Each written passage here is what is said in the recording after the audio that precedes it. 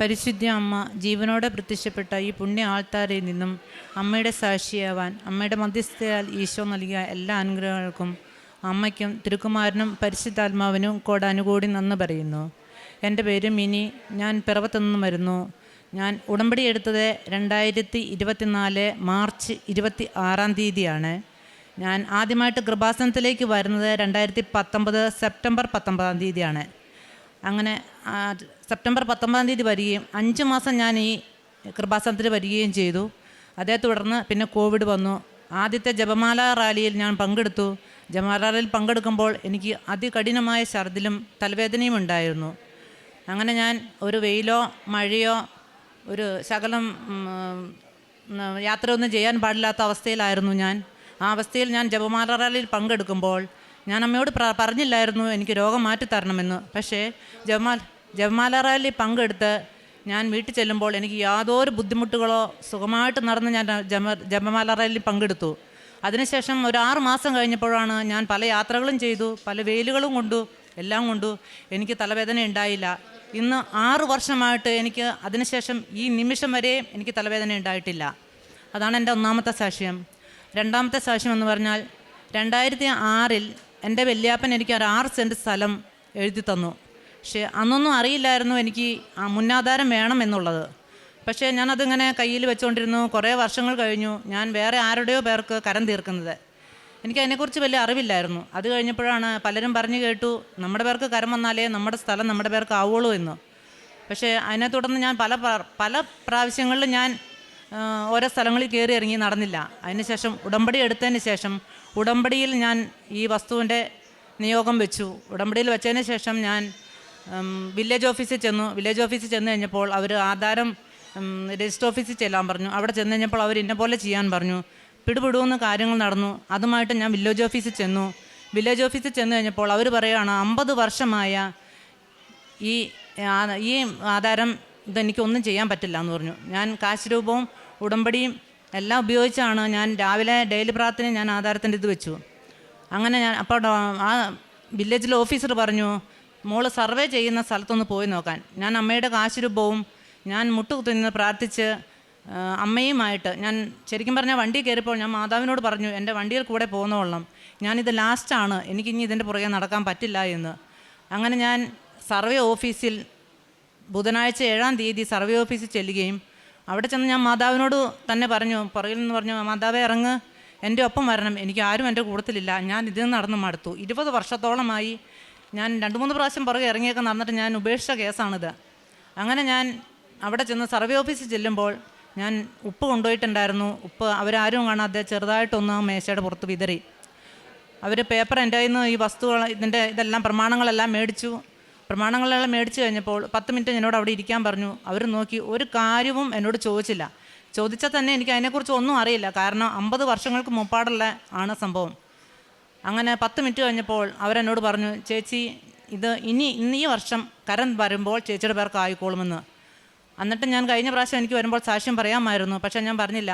ഈ ഏപ്രിൽ മാസം കരം തീർത്തപ്പോൾ എൻ്റെ പേർക്ക് ആ വസ്തു കരമായി വന്നു. അതാണ് എൻ്റെ രണ്ടാമത്തെ സാക്ഷ്യം.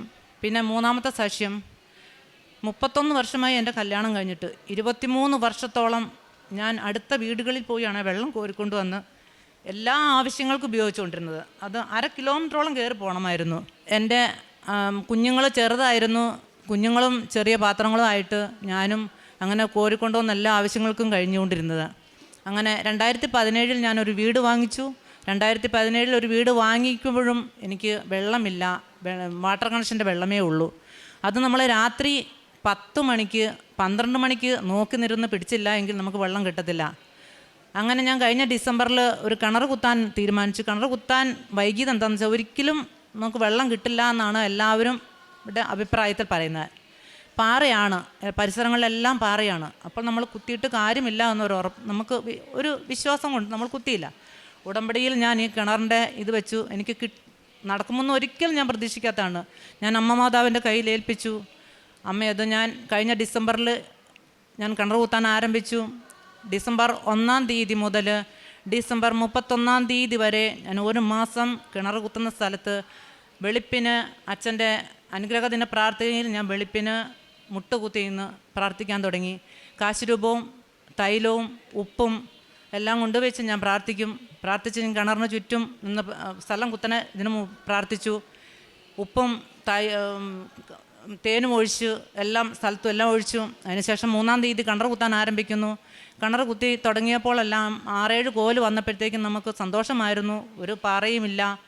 7 കോലായപ്പോഴത്തേക്കും ചെറിയൊരു പാറ കണ്ടു. ഒന്ന് ചങ്കിടിച്ചു. കാരണം പറഞ്ഞാൽ നമുക്കവിടെ പൊട്ടിക്കാൻ പറ്റത്തില്ല, ഒരിക്കലും പോസിബിളല്ല. കാരണം 2 ആളി പൊക്കത്തിലാണ് നമ്മുടെ ഒരു കെട്ട്, കരിങ്കല്ലിൻ്റെ കെട്ട് നിൽക്കുന്നത്. ആ കെട്ട് കാരണം ഒരിക്കലും പൊട്ടിക്കാൻ പറ്റത്തില്ല. അപ്പോൾ ഞാൻ ചങ്കടിച്ചു പോയി. ഞാൻ മാതാവിനെ ഏൽപ്പിച്ചിട്ടുണ്ടല്ലോ എന്ന് ഞാൻ വിചാരിച്ചു. പക്ഷേ എങ്കിലും നമ്മൾ സ്ഥലം 2017 വാങ്ങിച്ചതായിരുന്നു. വാങ്ങിച്ച ഉടമസ്ഥൻ എന്നോട് പറഞ്ഞു, മിനി കിണർ കുത്തുന്നതിന് കുഴപ്പമില്ല, പക്ഷേ പാറയാണെങ്കിൽ നമുക്ക് പൊട്ടിക്കാൻ ഒരിക്കലും പറ്റത്തില്ല, അത് കണ്ടുകൊണ്ട് വേണം മിനി ചെയ്യാമെന്ന്. പക്ഷേ ഞാനൊന്നും വിചാരിച്ചില്ല. പാറ കണ്ടു കഴിഞ്ഞപ്പോൾ 3-4 ദിവസം കിണർ സ്റ്റോപ്പ് ചെയ്തു. ഞാൻ 2 ആളി പൊക്കത്തിലുള്ള കെട്ടിൻ്റെ ഇടയ്ക്ക് ഇറങ്ങാനൊക്കെ ഭയങ്കര ബുദ്ധിമുട്ടാണ്. നമ്മൾ അതിൻ്റെ ഇടയ്ക്ക് കല്ല് മുള്ള എല്ലാം ഉണ്ട്. പക്ഷെ ഞാൻ ആ കെട്ടിൻ്റെ ഇടയിൽ കൂടി, ഓരോ കെട്ടിൻ്റെ ഇടയിൽ കൂടിയും ഈ ഉപ്പ് പ്രാർത്ഥിച്ച് വിശ്വാസ പ്രമാണം ചൊല്ലി ഞാൻ ആ കെട്ടിൻ്റെ ഇടയ്ക്കോടെ ഞാൻ അങ്ങ് മുതൽ അറ്റം വരെ ഞാൻ ഇട്ടു. അതിനുശേഷം ഞാൻ മുട്ടമേ നിന്ന് രാത്രിയും വെളുപ്പിനും എല്ലാം ഞാൻ പാറ കണ്ടതിന് ശേഷം പ്രാർത്ഥിച്ചു. ഞാൻ കിണറ്റിയിട്ട് തേനും ഉപ്പും വിതറി ഇട്ടു. അതിനുശേഷം ഞാൻ അച്ഛൻ്റെ അനുഗ്രഹ പ്രാർത്ഥന ഡെയിലി ബ്ലെസ്സിങ്ങിൽ ഞാൻ പ്രാർത്ഥിക്കുമ്പോൾ അച്ഛൻ ബ്ലെസ്സിങ് കാണിക്കുമ്പോൾ ഫോൺ ഞാൻ ആ കിണറ്റിലേക്ക് വരെ കാണിക്കുമായിരുന്നു. എൻ്റെ മോൾ എന്നെ വിളിക്കുമ്പോൾ പറയുമായിരുന്നു, മമ്മി ഫോൺ ചാടിപ്പോവും, അതുകൊണ്ട് മമ്മി സൂക്ഷിച്ച് വേണം കേട്ടോ എന്ന്. പക്ഷെ ഞാൻ ചെയ്തു. അത്ഭുതമെന്ന് പറയട്ടെ. പിന്നെ ആരോ എൻ്റെ ഉള്ളിൽ പറയുന്നു പൊട്ടിക്കാൻ. അപ്പോൾ എല്ലാവരും പറഞ്ഞു പൊട്ടിക്കെന്ന് പറഞ്ഞു. അതിൻ്റെ ഉടമസ്ഥൻ കിണർ കുത്തുന്ന ആൾക്കാരും പറഞ്ഞു, പൊട്ടിക്കാൻ ചേച്ചി, മരുന്നൊഴിച്ചാൽ ഒത്തിരി അപകടമാണ്, 3 വർഷം കഴിഞ്ഞ് വെള്ളം കുടിക്കാൻ പറ്റത്തുള്ളൂ. അങ്ങനെ ഞാൻ ആരോ എൻ്റെ ഉള്ളിൽ പറയുന്നു പൊട്ടിച്ചോ കുഴപ്പമൊന്നുമില്ല എന്ന്. ഞാൻ അവരോട് പറഞ്ഞു, എന്തായാലും നിങ്ങൾ പൊട്ടിക്ക്. അപ്പം ഞാൻ അടുത്ത വീട്ടുകാരോട് അനുവാദം മേടിച്ച് അവർക്ക് പ്രശ്നമില്ല, ആർക്കും പ്രശ്നമില്ല, നമ്മുടെ കെട്ടാണ് പ്രശ്നം. പക്ഷേ അത് പൊട്ടിച്ചു. ആദ്യത്തെ ദിവസം പൊട്ടിക്കാൻ പോയപ്പോൾ അടുത്ത വീടുകളിലൊക്കെ ചെന്ന് പറഞ്ഞു, ഞാൻ ബൈബിൾ ചങ്കത്തോട് ചേർത്ത് പിടിച്ചു, ഈ മാതാവിൻ്റെ കാശ് രൂപം ഉള്ളിൽ മുറുകെ പിടിച്ചു, അകത്തിരുന്ന് മുട്ടുമേൽ നിന്ന് പ്രാർത്ഥിച്ചു. ആദ്യം പൊട്ടിച്ചു, ഒരു ശബ്ദവും ഉണ്ടായില്ല, ഒരു ഭയവും ഉണ്ടായില്ല. അങ്ങനെ പൊട്ടിച്ചു.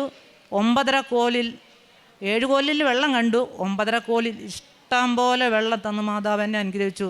ഈ ഏപ്രിൽ മാസം എല്ലാ കിണറിലും വെള്ളം പറ്റുന്ന മാസമാണ്. പക്ഷേ ഇഷ്ടം പോലെ 1/2 ആളി വെള്ളത്തോളം എൻ്റെ കിണറ്റിലുണ്ടായിരുന്നു. ഇപ്പോഴും ഓരോ ദിവസവും ഞാൻ കോരുമ്പോഴും എനിക്കത് വിശ്വാസമില്ല. ഇപ്പോഴും ഈ കിണറ്റിൽ വെള്ളമുണ്ട്, വെള്ളം കോരുന്നത്. കാരണം എൻ്റെ ജീവിതത്തിൽ 30 വർഷമായിട്ട് നടക്കാത്തൊരു കാര്യമാണ്.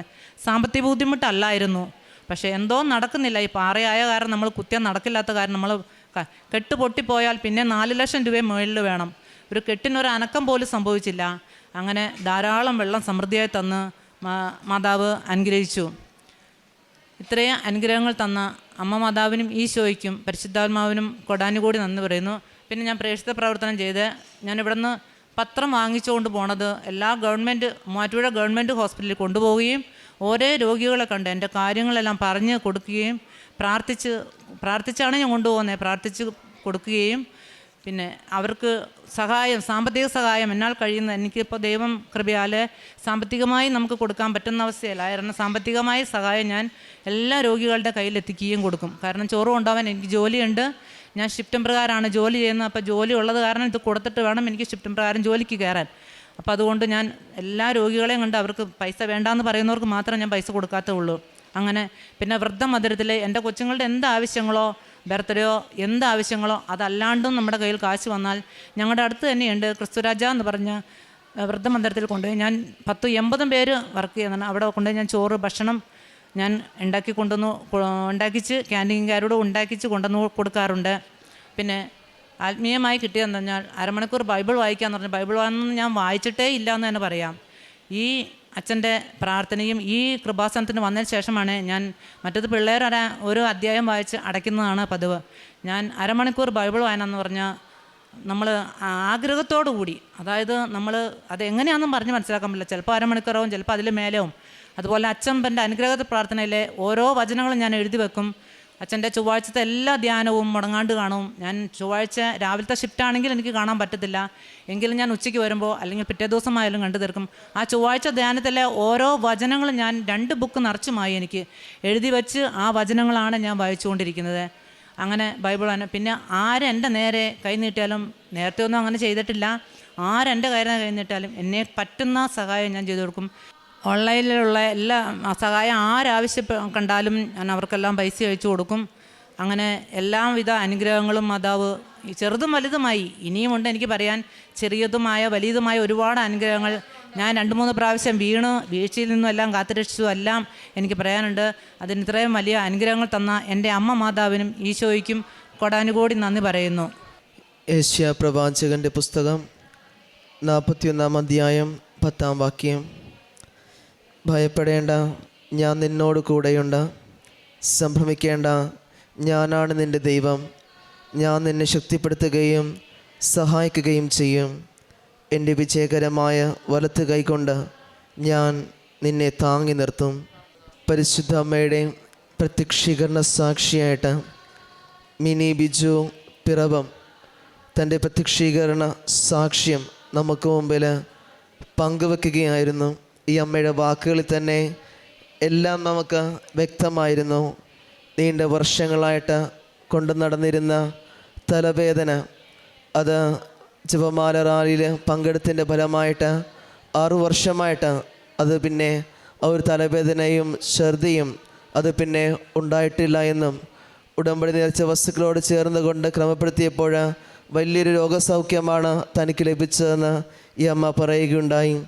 അതോടൊപ്പം തന്നെ തൻ്റെ വീട്ടിൽ കല്യാണം കഴിഞ്ഞ് വന്നത് മുതൽ എപ്പോഴും വെള്ളത്തെ സംബന്ധിച്ചുള്ള വളരെയേറെ ഒരു ബുദ്ധിമുട്ട് ഈ അമ്മ കടന്നു പോവുകയുണ്ടായിരുന്നു. എന്നാൽ തൻ്റെ ഭവനത്തിൽ കിണർ കുഴിക്കുകയും അതിനുണ്ടായിരുന്ന തടസ്സങ്ങൾ അത് പരിശുദ്ധ അമ്മയോട് ചേർന്നുകൊണ്ട് ഉടമ്പടി വസ്തുക്കളും ഉപ്പും എല്ലാം ഉപയോഗിച്ച് പ്രാർത്ഥിച്ചതിൻ്റെ ഫലമായിട്ട് അവർക്ക് ഈ അമ്മയ്ക്ക് വെള്ളം ലഭിക്കുകയുണ്ടായി. അതോടൊപ്പം തന്നെ തൻ്റെ വസ്തുവിൻ്റെ മുന്നാധാരം അത് 20 വർഷമായിട്ട് കൊണ്ടു നടക്കുകയായിരുന്നു. അത് പരിശുദ്ധ അമ്മ ഇടപെടലിലൂടെ സമയത്തിൻ്റെ ചുരുക്കത്തിൽ അത് വില്ലേജ് ഓഫീസിൽ നിന്ന് കുറച്ച് സമയത്തിനുള്ളിൽ തന്നെ അതിൻ്റെതായ കാര്യങ്ങളും മുൻകരുതലുകളും പേപ്പർ വർക്കുകളും എല്ലാം റെഡിയായിക്കൊണ്ട് പരിശുദ്ധ അമ്മ ഇടപെടലിലൂടെ ഈ അമ്മയ്ക്കെല്ലാം സാധിക്കുകയുണ്ടായി. ഉടമ്പടി ജീവിതത്തോട് ചേർന്നുകൊണ്ടും പ്രാർത്ഥനയോട് കൂടുതൽ ചേർന്നപ്പോഴത്തേക്ക് പരിശുദ്ധ അമ്മ ഇടപെടൽ ഈ അമ്മയുടെ ജീവിതത്തിൽ വളരെയേറെ ഇടപെടൽ ഉണ്ടാവുകയുണ്ടായി. നമുക്ക് പ്രാർത്ഥിക്കാണ്ട് സാധിക്കണം. നമ്മുടെയൊക്കെ പ്രാർത്ഥനകളിലും ഉടമ്പടിയോട് ചേർന്ന് നിൽക്കുമ്പോഴും പരിശുദ്ധ അമ്മ ഇടപെടൽ നമ്മുടെയൊക്കെ ജീവിതത്തിലുണ്ടാകും. ഈ അമ്മ വഴി നമുക്ക് മുമ്പിൽ പ്രത്യക്ഷീകരണ അനുഭവം പങ്കുവെച്ചപ്പോൾ ഇനി മുമ്പോട്ടുള്ള ജീവിതത്തിൽ ഇനിയും ഈ അമ്മയെ പ്രത്യക്ഷീകരണ സാക്ഷിയായിട്ട് മാറ്റാൻ അനുഗ്രഹിക്കണമേ എന്ന് നമുക്ക് പ്രാർത്ഥിക്കാം. ഒപ്പം നമ്മുടെ ഓരോരുത്തരുടെ നിയോഗങ്ങളെയും ആ നിയോഗങ്ങളോട് ചേർന്ന് കൊണ്ട് പരിശുദ്ധ അമ്മയുടെ പ്രത്യക്ഷീകരണ സാക്ഷികളായിട്ട് മാറ്റാൻ നമ്മളെ അനുഗ്രഹിക്കണമേ എന്ന് നമുക്ക് ഓരോരുത്തർക്കും പ്രാർത്ഥിക്കാം. അത്യപൂർവ ദൈവാനുഭവങ്ങൾ ഇനി നിങ്ങൾക്കും സ്വന്തം. ഈ യൂട്യൂബ് ചാനൽ ഇതുവരെ സബ്സ്ക്രൈബ് ചെയ്തിട്ടില്ലെങ്കിൽ ഇപ്പോൾ തന്നെ സബ്സ്ക്രൈബ് ചെയ്യുക. ഈ വീഡിയോ ഇപ്പോൾ തന്നെ നിങ്ങളുടെ സുഹൃത്തുക്കൾക്ക് ഷെയർ ചെയ്തുകൊണ്ട് കർത്താവിൻ്റെ പ്രേക്ഷിതരാകുക.